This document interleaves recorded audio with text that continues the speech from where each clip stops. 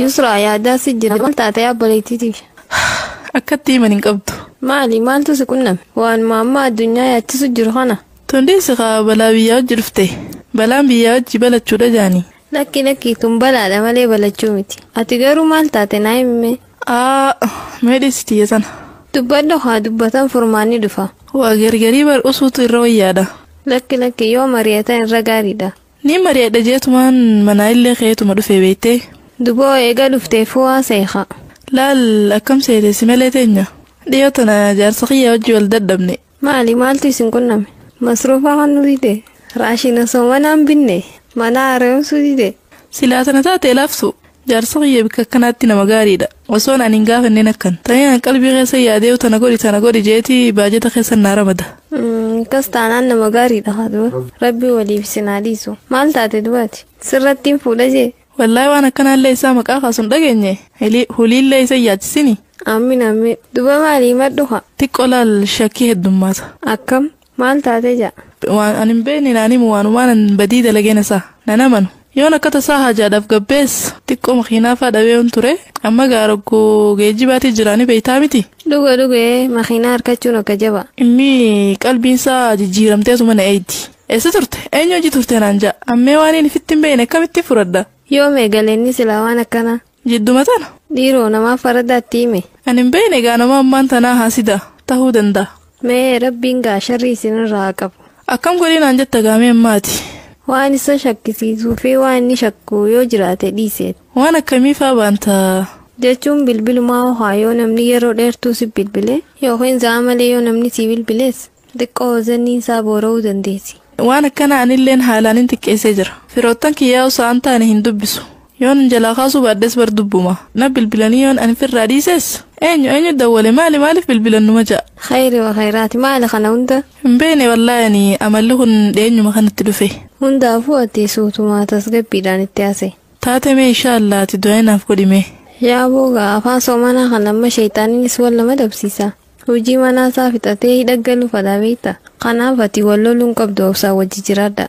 Yeroo hundaa'uu numa amanamiif. Isaan na shakkeettee ammaas ati badiin dalagin. Silaa'uu rabbiin qulqullummaa kee ni beeka. Guyyaa tokko haga keetti mul'isa. Taate mee rabbi obsanaaf haa kan nuqa. Ammoo yoo hedduu shakkii kan itti fufe bakka wallaansa ruuhii fi qalbii jettu takkaa jira. Achi geessiiti mee haa mari'achiisanii. Mee niin jaan gaama durallee ittumaan hime. Hawwanni kanaan an taatu je. Lakki itti deddeebi bakki san gaariidha jaani. Nama diinii fi barnoota kaanis qabu. Sirraa tasgabbeessuu ni danda'a. Inshaallah niin tattaafadha. Rabbi waliifuu isin haa qaceelchu. Assalaamu alaikum wa rahmatullahi wa barakaatu. Niin turee miti dhiifama. Waalaikum salaam. Nama arsee dhiifameeta. Maalin balleesse? Maaltu maal ta'e? An addunyaa tanarraa namni na aarsu nama akkamiitiin beekta? Hin beeku. Nama osoo badiisaa beekuu irra deebi'ee nama gaafatu. Duboo nyureessan. Simataa keeti. Badii akka nama hin beekne na gaafatta. Magarsaa maalin balleessinetti himika. Ammaan alaa dhufee miifiifuu. Tana qaabadiin ta'e. Maalsa? Maaliif dila kana turte? Taaksiin hin jirtu bara rakkoo taaksiiti. Baajaajuu eegaltee hin jirtu hijibdu. Taa'ee magarsaa jarjartee na rabsini. Ani lubbuu lama akkaan ta'e nan beektu. Akkamittiin namaa jallii baaseena. Suutee eeggaddeetii yaabbadde. Anamma dhufta jeetiin barsee eegu jira. Dafeetiin dhufa naan jenne eegu baatu. Akkatti ba'a malee akkatti gala rabbii beekaa jechuun dhageenye.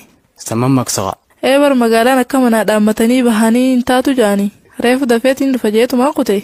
Garuu makiinaa waan hin harkatiniif hin horraafadhe. Natti hin fakkaanne Yusra. Maal duba magarsaa? Hin beekneen qalbiin ta'e akkanuma nu waswaasti. Sa'aatii anaa badii daleetu takkaan agartee kanuman lafaa kaatee na shakkita. Nama shakkuun diliidhaa bar. Waan ijaan sina harkiniif badiin daleedu jechuudha. Mee maalirra dhaabbattee na shakkuu dandeesse? Ilmi namaa nama namukaa yeroo ammaan tana. Atis bar ilma namaa keessaaye. Nama amanuun ulfaataadhaan jee. Ati takka hamtuu raawwattee ni beeyta? Laa. Anis akkasumaatiin na amani. Akkamittiin si amanaan? Akkatti na amantu sumaa beeka. Mee maal godhuun qaba akkaati na amantuuf? Yeroo gabbaatees turuun sirrii miti. Namaan ani feene wajjinis hin deemin. Eenyu wajjin hin deemu jira? Dhiisee bara namma. Boo namni ammaan tanaa sharrii qabaa. Waan hamtuu si barsiisan. Waan hamtuu si gorsan. Tanaafuu sitti hime nama wajjin deemin. Namaan ala jiraachuun ni danda'ama. Hiriyyaa gaarii filadhee hojii jiraadde maal qaba? Obboleettii Islaamaa tan karaa kheyriirra na yaamtu. Namuma karaa kheyriin nama yaamuutu hin jirre. Taayitaa inni jira akkanan jeeyin. Hundaafuu mee bakka wallaansa ruuhii fi qalbii san dhaqi. Maal? Atis akkasuma naan jetta? Maraataa dhaqanii hin dhaquuf. Bikka san maraataa dhaqa. Laki maraataa qofa miti. Iftas gabbeessuuf garuu gaariidha. Inda qoon ati hoo fedhe Haya waswaasa kana firraa dhiisi. saanga lubbuun nu keessa jirtutti akkam shakkii